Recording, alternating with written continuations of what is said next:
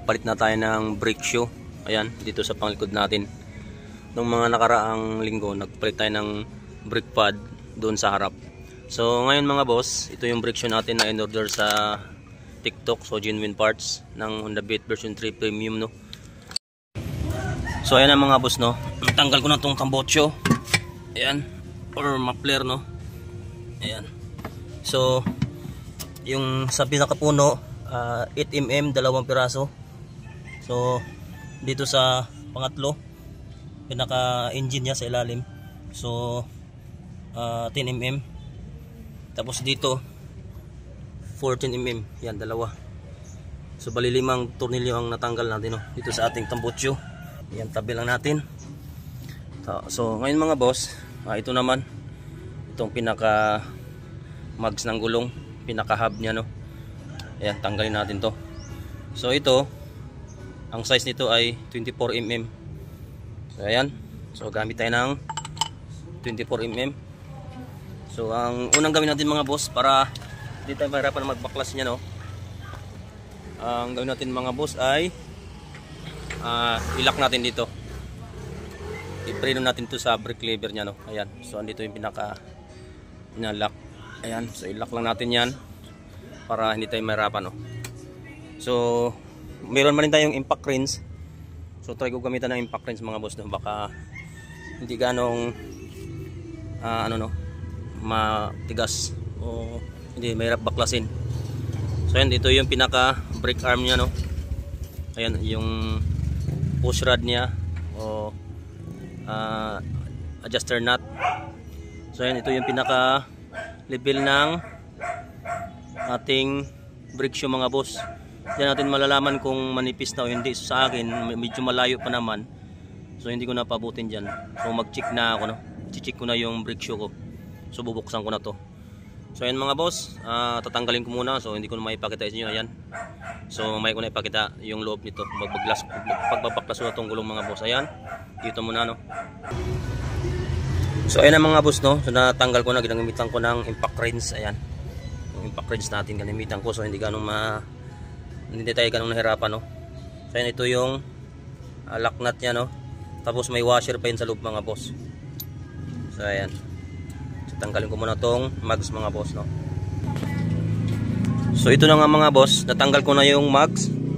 Ayan, so sobrang dumi pala. Sobrang dumi, no. So hindi nakalabas yung dumi, no. So ayan, so tingin ko sa brake shoe natin. Ayan, so makapal pa. Pwede pa yan. Ayan. So ang gawin ko itong mga boss, linis lang, no. Linis muna tayo. Tapos yan yung mga parts na pwede grasahan natin, no. So ayan, linis ko muna yung mga boss. Okay, linis lang muna, hindi muna tayo magpalit. So ito yung brake shoe mga boss, no. Ayan, so sobrang dumi lang, no. Makapal pa. Ayan, sobrang dumi. So linis lang tayo nyan, sabunin natin yan, kuskusin. Ayan, tapos lagyan ng grasa yung i-grease natin yung mga dapat pwede ilagay ng grasa, no, i-grease. Ayan, so linis. Tapos itong pinaka mags niya, yung hub niya, no, linis lang din. Tapos ito, so goods pa yan. So pagkabit naman yan mga boss, may guide naman yan na yung may bilog dito yan. So yung flat, so ito, ayan mga boss. So hindi kayo malito niya, no. So kanina binaklas ko tong brake shoe mga boss, hindi ko na niluwagan yung brake adjuster, no. So permis lang yan dyan, para pag ibalik natin walang nagbabago, no. So ayan, yun pa rin. So saka natin i-adjust yan pag nakabit natin ulit yung brake shoe at saka yung mags, yung gulong, no. So ayan, saka natin mag-adjust tayo dito kung may pagbabago. So kunti lang naman yan pag may magbago kunti, no. Ayan, so linis. Ayan mga boss, ayan, malinis na siya, no. So nilagyan din ng sabon, pinras. Tapos itong brake shoe, so mamaya ikabit lang natin yan, no. Ayan, so mamaya yun na naman yung mags o yung hub nya, no. So linisan ko rin yun. So ayan, badlawan ko lang to, then i-bike na natin yan. Ganun ang kabisig mga boss.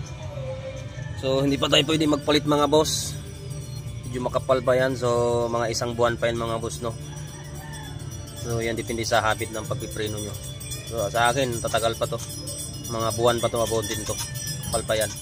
So may spare naman ako dyan, genuine din. So in case na magpalit ako, meron na akong pamalit agad. So linis lang muna, tapos adjust konti. So goods na ulit. Ayan. So babakbak na naman si AAA. Ayan mga boss. So yan mga boss.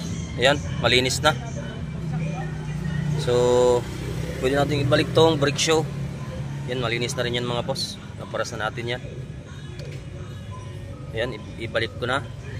Ibalik na natin. Tapos itong mags niya, yung hub niya, ayan, malinis na rin. So wala nang ingay yan. Goods na yan. So ayan mga boss.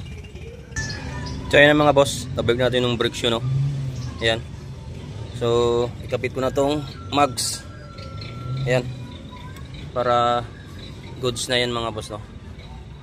So ayan mga boss. So ayan mga boss, nakapit ko na tong mags.